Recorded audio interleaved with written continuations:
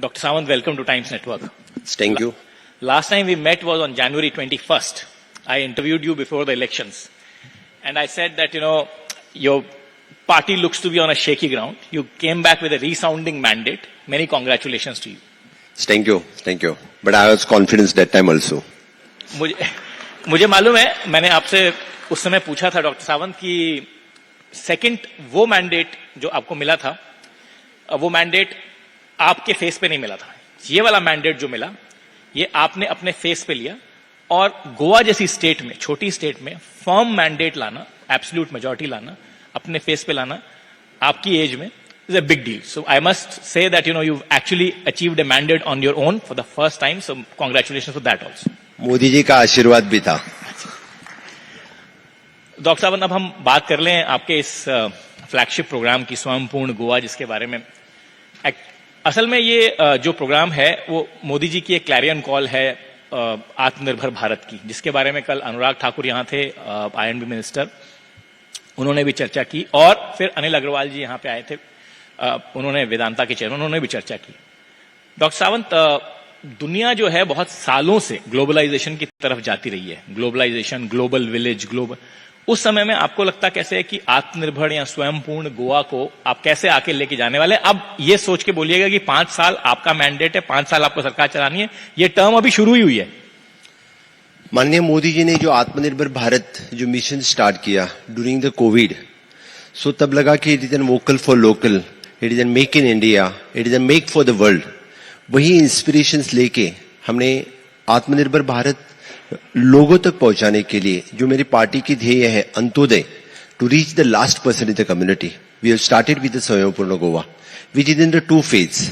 The first, the government of India's all scheme, the government of Goa's all scheme, सभी लोगों तक पहुंचाना, to the last person in the irrespective of the caste, creed, जो दिव्यांग हो, सभी तक पहुंचाने के लिए.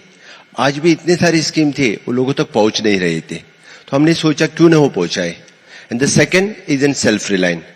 तो एक काम कुछ छोटा काम नहीं था, हर एक पास पहुंचाने के लिए we appointed the Swayampurna Mitras, and they are the gazetted officers. They are working on every Saturday on their holidays, और वो हॉलीडेज के लिए काम करते हैं. और which are the schemes, we are the 10 focal points, जैसे अभी आपने देखा, which is an electricity for all, housing for all, sanitation for all, it is the financial security for all, social security for all. जिस तरह से अभी भी हमने अचीव किया है, जैसे हम बोलते हैं कि water for all, it is 100% हर घर नल देने वाली गोवा एक पहला राज्य है जो हम हर घर नल दे सके. इट इज एन हम बोलते हैं कि it is an open defecation free. हम फर्स्ट स्टेट है, we have declared the open defecation free, we the first state है. It is electricity for all, हम ऐसे ही नहीं बोलते हैं, we are 100% electrification we did in the state of Goa, that we have achieved it. Then housing for all, जैसे कि प्रधानमंत्री आवास योजना है, we have also the different schemes. यही स्कीम लोगों तक पहुंचाने के लिए. फाइनेंशियल सिक्योरिटी में तो वहां पे अभी भी हम दयानंद सामाजिक सुरक्षा योजना के अंतर्गत 2,000 rupees for the every senior citizens, and approximately 1.5 lakhs of the senior citizen every month we are paying. उनके अकाउंट पे, DBT में उनके अकाउंट पे जाते हैं. Not only for the senior citizen, for the women also, under the Graha Aadhar scheme, we are giving the 1,500 rupees every month we are paying on their account. This is the social security we are doing in the state of Goa for last more than 10 years. It started in the Parrikar era and we have continued. In the COVID also we have continued the same thing. Doctor साहब, अभी तो आप चुनाव जीत के आए हैं, तो आपकी सारी बातें मान लूंगा मैं. अभी मैंडेट जीता है आपने बिल्कुल क्लियर मेजॉरिटी से, तो अभी आपकी बातों को डिस्प्यूट नहीं कर रहा हूं मैं. इसके लिए 1 साल और देखते हैं. ये तो स्वयंपूर्ण गोवा पे हुआ. डॉक्टर साहब, जो आपका फ्लैगशिप प्रोग्राम है, उसके अलावा जो बाकी की सारी आपकी स्कीम्स हैं, उसमें चैलेंजेस हैं. डॉक्टर साहब, IIT स्टैब्लिश करने की आप कोशिश कर रहे थे गोवा में, उसके लिए रेजिस्टेंस थी, लोकल्स ने विलेजेस को दिया. आप एक नई न्यू एजुकेशन पॉलिसी लाना चाह रहे हैं गोवा को एजुकेशन हब बनाने के लिए. उसको लेकर के और IIT के प्रोटेस्ट को लेकर के क्या आपका लर्निंग रहा, और न्यू एजुकेशन पॉलिसी जो आपने प्रपोज की है डॉक्टर साहब, उसको कैसे आगे लेके जाने वाले हैं आप? इन माई लास्ट 10 ईयर हमने एजुकेशन पॉलिसी पास कर दी है. एट प्रेजेंट गोवा में NIT है, IIT है, इंस्टीट्यूट ऑफ बेट्स पिलानी है, इवन दो द GIM है. अभी सिर्फ आईआईटी के लिए जगह देना बाकी थी. We are giving the land for the IIT in within this 2-3 months. We are giving the land. Besides that we are already IIT के लैंड को लेकर के जो डिस्प्यूट था वो सॉर्ट आउट हो गया. जी हाँ, बिल्कुल सॉर्ट आउट हो गया. Within 2 to 3 months we are giving them land. So 2 to 3 months we will see a new IIT in Goa. The campus will start. Campus will start. So we'll Yeah. see a new IIT in Goa. So that's a big announcement that Chief Minister makes. Already we have started the National Science Forensic University under the Home Ministry in the state of Goa. We are starting the arbitration center after the Singapore, the first international arbitration center. We are starting into the state of Goa, which is under the Bar Council of India. We are giving them the land also, and they are starting their campus from the June. Okay. Doctor साहब ये बात हुई higher education को लेकर के, लेकिन India का जो चैलेंज है, बड़ा चैलेंज जो है, वो गुड क्वालिटी प्राइमरी एजुकेशन देने का भी है. हायर एजुकेशन के लिए आप एजुकेशन हब बना देंगे, जिनके पास रिसोर्सेज होंगे वो उसको ले सकते हैं. बाहर से भी बच्चे, आपके बच्चे बहुत सारे बाहर जाते हैं, कर्नाटक पढ़ने के लिए जाते हैं, बाहर पढ़ने के जाते हैं, वो आपके यहाँ रुक जाएंगे. बट गुड प्राइमरी एजुकेशन के लिए आप क्या करने वाले डॉक्टर साहब? बिल्कुल नहीं. हमारा प्राइमरी एजुकेशन के लिए कोई कर्नाटक में या दूसरे स्टेट में नहीं जाते. उल्टा कर्नाटक और महाराष्ट्र से बच्चे एजुकेशन के लिए गोवा में आते हैं. इवन तो इन प्राइमरी एजुकेशन हो या हायर एजुकेशन हो, we are giving one of the best infrastructure and human resource from KG से लेके पीजी तक हम हमारे स्टेट में दे रहे हैं. बहुत लोग क्लेम तो कर रहे हैं, लेकिन मैं डेफिनेटली इतना कह सकता हूं कि we are giving one of the best infrastructure in the state of Goa. आप अपने पॉलिटिकल राइवल्स पे एक डिग ले रहे हैं, वो यहाँ है नहीं, इसलिए मैं बात को बढ़ाऊंगा नहीं. मैं ये बोल रहा, डॉक्टर साहब, इसके अलावा, एजुकेशन के अलावा, एक आपका ब्लू वाटर इकोनॉमी का फोकस है, आपकी स्टेट का है, बहुत अपॉर्चुनिटी अवेलेबल भी है गोवा को उस सिलसिले में. इन दैट डायरेक्शन, जो कि एक्चुअली एक बहुत बड़ा जॉब जनरेटर भी होगा, आपकी गवर्नमेंट किस डायरेक्शन में जा रही है? आत्मनिर्भर भारत के अंतर्गत honourable prime minister have launch so many schemes, approximately 80 to 100, to implement that schemes. Ones who wants to take the initiatives, उसी के अंतर्गत it is an we have taken उनके ब्लू इकोनॉमी में जल संपदा स्कीम है, द मरीन क्लस्टर है. Already we are the first state who have started the marine cluster in the state of Goa. We have the shipping industry, we have the Goa shipyard. So that the government of India had given the big boost for the Goa shipyard. So that definitely which is the blue economy के लिए बड़ा boost मिलेगा. इससे आगे आने वाले 5 साल में ब्लू इकोनॉमी बेहतर वे से गोवा में दिखी जाएगी. डॉक्टर साहब, गोवा की बात हो और टूरिज्म की बात ना हो, ऐसा हो नहीं सकता है.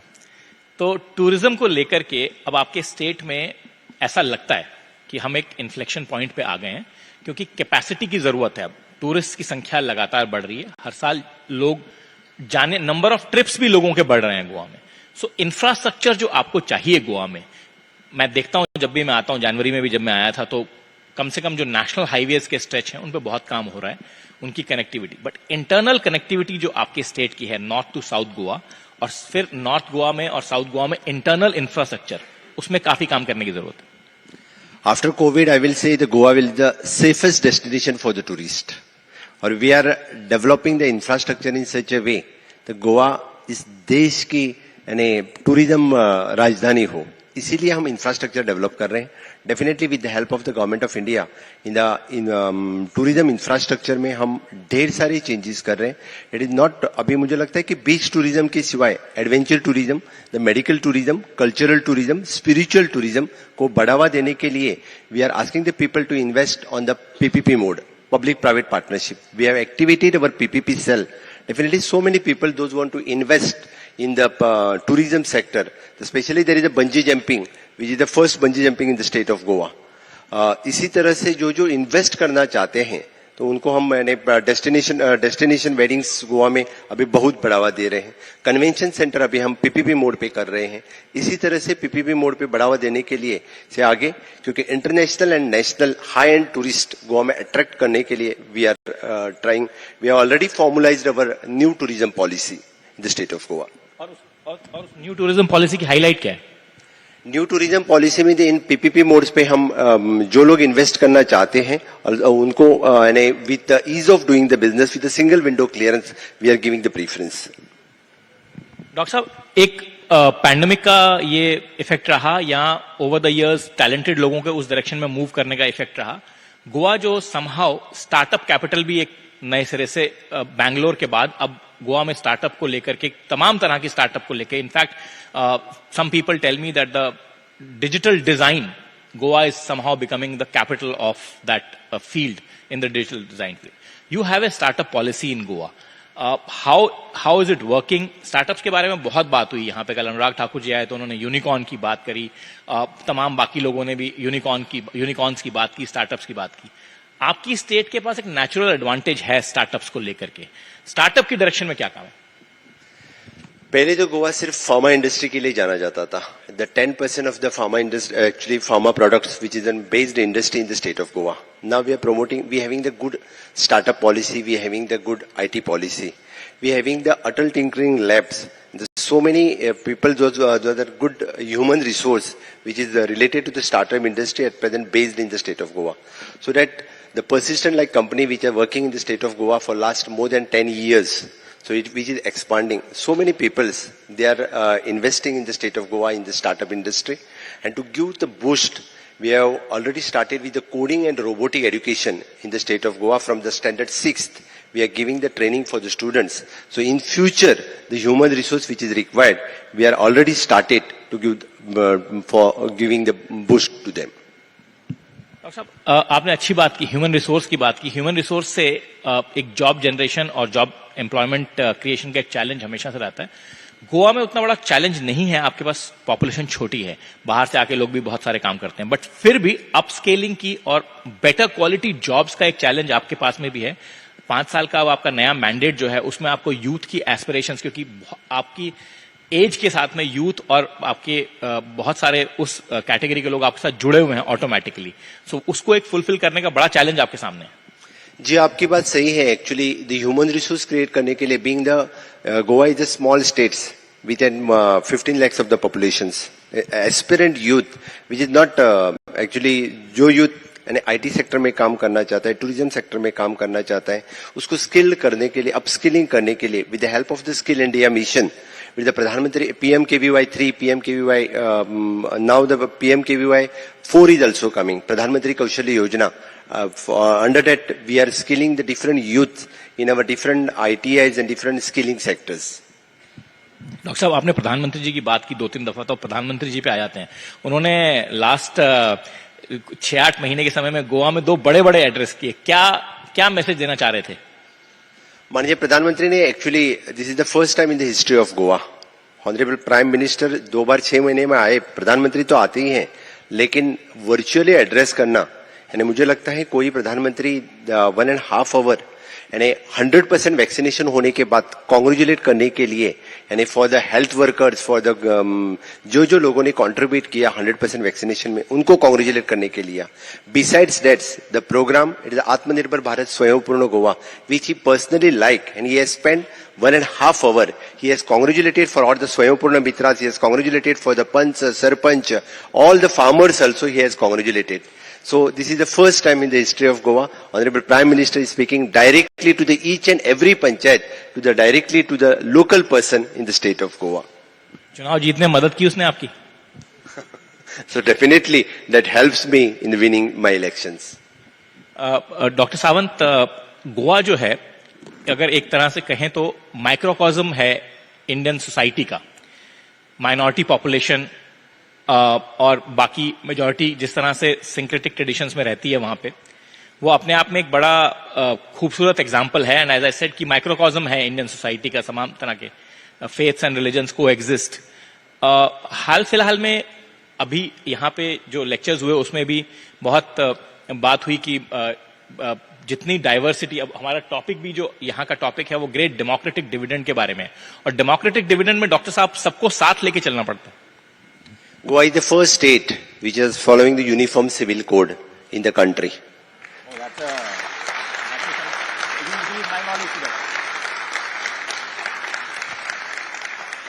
We have liberated in the 1961. Earlier we are ruled by the Portuguese, and the same rule of the uniform civil code we have continued. And from the 1961 to till now, all regarding the Hindu, Muslim, Christian, all the birth, death registrations, marriage registrations, the equal rights of the property for the boy, girl, equal rights, having the equal share with the spouse and husband, both having the equal rights. We are the first states. And that is, इसके बाद में मुझे नहीं लगता है और कुछ आपको कहना चाहिए.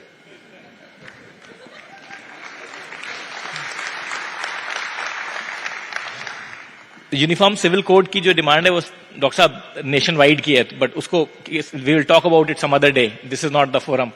मैं एक डॉक्टर साहब ये पूछना चाह रहा था आपसे कि ये डेमोक्रेटिक डिविडेंड की बात हो रही है और इस डेमोक्रेटिक डिविडेंड के साथ इंटरट्वाइंड एक चीज है, वो है डेमोग्राफिक डिविडेंड. आपकी स्टेट की पॉपुलेशन पर्टिकुलरली यंग पॉपुलेशन है, बाकी स्टेट से, बाकी कंट्री से मीडियन एज और भी कम है.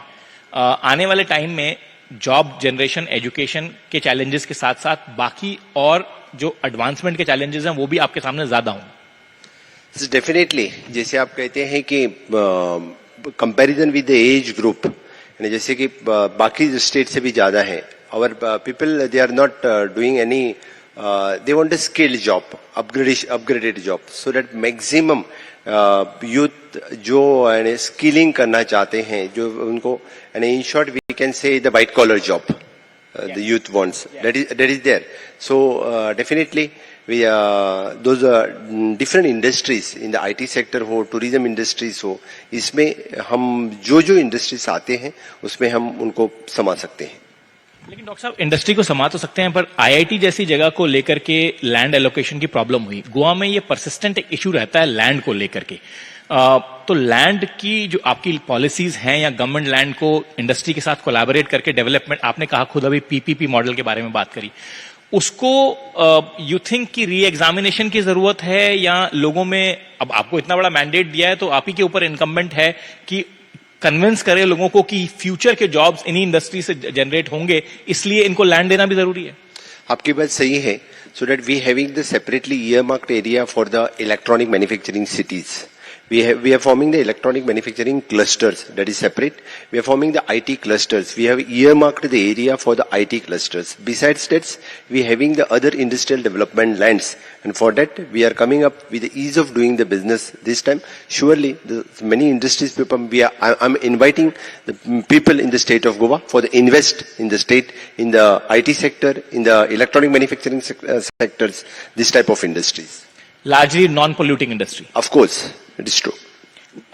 नॉन पोल्यूटिंग इंडस्ट्री से डॉक्टर साहब एक और बात करें तो गोवा में माइनिंग का बड़ा एक इशू रहा है और top court of the country ने आपके यहाँ माइनिंग रोक रखी है. अब माइनिंग में जो कोयला बाहर पड़ा है उसको भी उठाने की एक समस्या है, और फ्रेश, एक तरफ से फ्रेश माइनिंग की डिमांड है और दूसरी तरफ से एक सेक्शन ऑफ पीपल है जो माइनिंग नहीं भी चाहता है. Actually we want the sustainable mining. Goa में आयरन ओर माइनिंग है 2012 से लेके 2022 तक. आज भी सुप्रीम कोर्ट के बैन की वजह से बैन है, लेकिन definitely this time in this tenure we are starting with mining. We are already from the mining corporations, we are already from the dump policy different way, and with the help of the government of India this time we are starting with sustainable way से. क्योंकि जो और गोवा में होता है which is an low grade iron ore which is not utilized in our steel industries, which we want to do the export. So definitely, sustainable way से mining करने के लिए एनवायरमेंटलिस्ट का भी कोई विरोध नहीं रहेगा. गोवा की इकोनॉमी तो माइनिंग के ऊपर ढेर सारी डिपेंडेंट है. बट सुप्रीम कोर्ट आपकी बात नहीं सुन रहा डॉक्टर साहब. अभी सुप्रीम कोर्ट की बात हम सुनेंगे. बट दोबारा जाएंगे सुप्रीम कोर्ट में अपील करने इस mining? No, not at all. We are doing the auction lease, we are doing the auction of the leases. और डेवलपमेंट प्रोजेक्ट्स के पॉइंट ऑफ व्यू देखें डॉक्टर साहब तो मोलम में जो रेलवे ट्रैक को ब्रॉडन करने की बात है वो भी बहुत इंपॉर्टेंट. आप 3 लिनियर प्रोजेक्ट की बात कर रहे हैं. हाँ, तो आप उसको ट्रैक को आपको बड़ा करने की जरूरत है, उसका भी प्रोटेस्ट है. 3 linear project में से 1 is a national highway, second is a double tracking, and third is an Tamnar project which is of the electricity. In the electricity Tamnar project which is already cleared by the Supreme Court, and national highway is also, they have given some suggestions and we are going ahead with the same. And till now the double tracking of the rail has not cleared, so that whenever the Supreme Court will clear, we'll continue with the same. Doctor साहब एक बात बताइए कि ये जो जितने भी protest होते हैं, जैसे मोलम वाला प्रोटेस्ट हुआ या बाकी और आईआईटी के लैंड को लेकर के प्रोटेस्ट हुआ, आपको क्या लगता है कि पॉलिटिकल ज्यादा प्रोटेस्ट हो जाते हैं वो, यहाँ लोगों का एक जेन्युइन एप्रीहेंशन है, चिंता है कि गोवा का जो प्रिस्टीन एनवायरनमेंट है वो खराब हो सकता है इस तरह के प्रोजेक्ट? प्रोटेस्ट कब था उसके ऊपर डिपेंड है ना, आपको पता ही होगा. बट वो कुछ एक Anyhow, we are very much concerned about the environment. अभी भी स्टेट में which is an highest forest cover है, अप्रोक्सीमेटली 65 to 70% फॉरेस्ट कवर है, और we are maintaining it and we are doing the development in such a way. In my last 10 year we are on the sustainable development goal 7 number पे थे, we have reached on the 4th. That is our achievement. That is something I will congratulate you on. I am very passionate about sustainable development goals myself. Dr. Sawant, that is fine.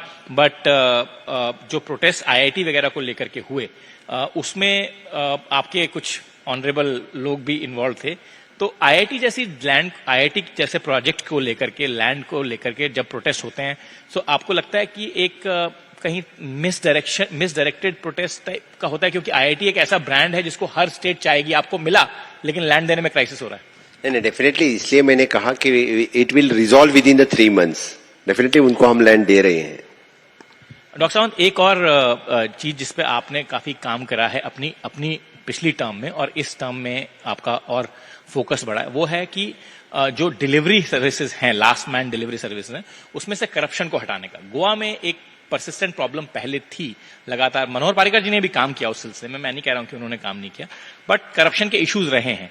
अब इस term में जब आप अपने full mandate के साथ में आए हैं और नए इनिंग्स एक तरह से शुरू कर रहे हैं, आपको लगता है कि आप उस पर पुश करके जो लास्ट माइल डिलीवरी के इश्यूज रहे हैं और जिनमें आपने पिछली बार भी काम किया, पिछले 3 साल भी आपने इफेक्टिव काम किया उसके अंदर, जिसका बेनिफिट आपको मिला, इस बार आपको लगता है नए सिरे से फोकस करके उसको और आगे ले जाने की जरूरत है?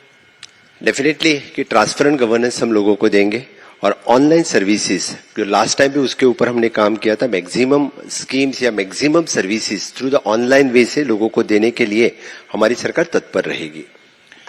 डॉक्टर साहब, 20 पे 40 में से 20 पे आपकी सरकार फर्म है, लेकिन 2-2 करके एमएलए जब सरकते हैं तो वहां सरकार की फर्मनेस बड़ी जल्दी हिल जाती है गोवा में. इस बार नहीं सरकेंगे. तो मतलब you are sure that you will complete your 5-year full mandate that people have given you? जी हाँ, डेफिनेटली, क्योंकि लास्ट टाइम भी किसी ने मेरे ऊपर भरोसा नहीं किया था. सभी लोग तो कहते थे नहीं मिलेगी मेजोरिटी, लेकिन मिल गई. तो इसलिए करता हूं, I am completing my full term of the 5 years with full fledge development, with the help of the double engine सरकार के साथ में, सभी डेवलपमेंट के साथ पूरी हमारी गोवा की डेवलपमेंट होगी. और एक बात जरूर कहूंगा कि we are coming up with the new international airport, which is an Mopa International Airport. From the 15th of August 2022, we are inaugurating the Mopa International Airport also.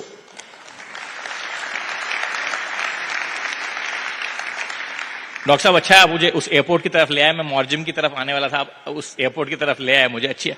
उस एयरपोर्ट से डॉक्टर साहब आपकी महाराष्ट्र से जो कनेक्टिविटी है, कोंकण, सिंधुदुर्ग और रत्नागिरी के जो 3 डिस्ट्रिक्ट्स हैं, उनको भी बेनिफिट होगा. आपकी जो कनेक्टिविटी है वो पूरी हो जाएगी. पहले जो कोंकण जाने वाले लोग थे वो गोवा लैंड करके कोंकण जाया करते थे. तो आप कैसे देखते हैं वो एरिया जो लार्जली अब तक अनटच्ड था? एक तो वो गोवा के कंपटीशन में आएगा, रत्नागिरी, सिंधुदुर्ग और कोंकण के जिले जो हैं तीनों, वो कंपटीशन में आएंगे गोवा के, और दूसरे आपके लोगों को, आपके इस एरिया का भी डेवलपमेंट होगा. आपकी बात सही है, क्योंकि मोपा इंटरनेशनल एयरपोर्ट होने के बाद it is not only benefit for the Goa, but it will also benefit for the Konkan, specially for the Maharashtra. We are attracting the national and international tourists in the state of Goa. At present, 1.5 billion of the tourists is coming in the state of Goa. So definitely, Mopa होने के बाद इससे भी ज्यादा tourist आएंगे. तो फिर गोवा जैसे छोटे राज्य में तो ज्यादा टूरिस्ट आने के बाद they will more benefit for the, even though for the Maharashtra. So the virgin area in the Maharashtra, which will develop in future also. आपकी महाराष्ट्र गवर्नमेंट के साथ में पहले देवेंद्र फडणवीस जी तो आपके साथ में बड़े क्लोजली वहां पे काम करते रहे. तो जो महाराष्ट्र वाला जो ट्रैक है डॉक्टर साहब, रत्नागिरी, सिंधुदुर्ग और कोंकण वाला जो ट्रैक है, आपको लगता है कि जो मोपा इंटरनेशनल एयरपोर्ट डेवलप होने के बाद में 15 अगस्त को आप खोल रहे हैं, आपको एडवांस में बधाई देता हूं मैं. I hope you invite me for that. Yes, sure. आपको नहीं, बाकी सभी लोगों को भी इन्वाइट कर रहा हूं. I have secured an advance invite from you for 15th of August. Doctor साहब, मैं ये कह रहा था कि उस एरिया का जो मॉर्जिम वाला जो पूरा का पूरा बेल्ट है, उसमें फिर आपको एडिशनल इंफ्रास्ट्रक्चर डेवलप करने की भी जरूरत पड़ेगी, और उस इंफ्रास्ट्रक्चर को डेवलप करने के लिए फिर इस तरह के कॉन्फ्लिक्ट फिर होंगे कि कहीं लैंड देना है, कहीं लोगों को कन्विंस करना है, कहीं पंचायत को करना है. तो उस सिलसिले में क्या इनिशिएटिव है आपकी गवर्नमेंट की तरफ से? एक्चुअली इंफ्रास्ट्रक्चर के बारे में कहते वक्त, at present what ever the infrastructure required for the state we have completed in these 8 years with the help of the double engine सरकार, with the help of the Modi सरकार, because जो last 50 साल में नहीं हुआ था वो डेवलपमेंट इस 8 साल में दिख रही है. अब जाके देखो, यानी रोड्स हो, हेल्थ इंफ्रास्ट्रक्चर हो, टूरिज्म इंफ्रास्ट्रक्चर हो, everything we have completed definitely, which is infrastructure for future 50 years. इस तरह का इंफ्रास्ट्रक्चर हम कंप्लीट कर सके हैं. तो मुझे लगता है कि whatever the required at present for the next 50 years, that infrastructure already we are completed in these 8 years. Doctor साहब, ज्यादा देर आपको रोकूंगा नहीं, मैं आपसे लास्ट क्वेश्चन पूछना चाहता हूं, और वो ये कि जब गोवा एट 60 लिबरेशन की बात हुई थी, प्रेसिडेंट वहां आए थे, उस समय आप लोगों ने कुछ प्रोमिसेस वगैरह भी किए थे गोवन पीपल को, आपने बड़ा फंक्शन किया था. किस डायरेक्शन में वो प्रोमिसेस अभी तक गए हैं और कहां तक उन पे काम होने का आप पहुंच पाए हैं? जो गोवा ने अपने आजादी के 60 साल लिबरेशन के 60 ईयर्स हमने मनाए. 19th of December 1961 we have liberated, actually 14 years later than India independence. तो ऑनरेबल प्राइम मिनिस्टर जब भी आए थे, जो प्रोमिसेस हमने लोगों के लिए किया था, यानी maximum promises we have fulfilled.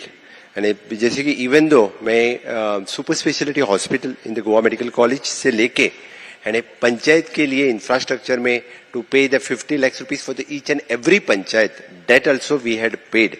So more than 22,000 crores of rupees the government of India had given for the Goa first time to build the roads infrastructure, bridges infrastructure, so that we have completed the third Mandavi bridge and the second Zuari bridge we are completing.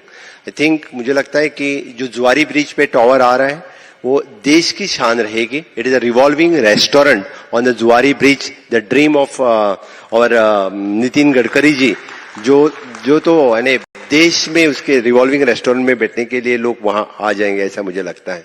इसीलिए मैंने जो promises हमने जो किए थे वो तो 100% fulfil किए हैं. मैंने पहले कहा आपसे कि अभी मैनिफेस्टो की बात नहीं कर रहा हूं, पहले वाली बात कर रहा हूं. मैंने पहले कहा कि अभी आप बड़ा मैंडेट जीत के आए हैं तो आपकी सारी बातें आज मैं मान लूंगा. 21 जनवरी की तरह इंटरव्यू नहीं है ये.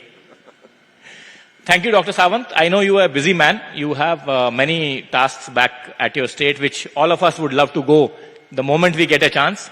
I will not hold you back. Thank you very much for coming, and thanks once again, Dr. Sawant, for speaking to us. Thank you.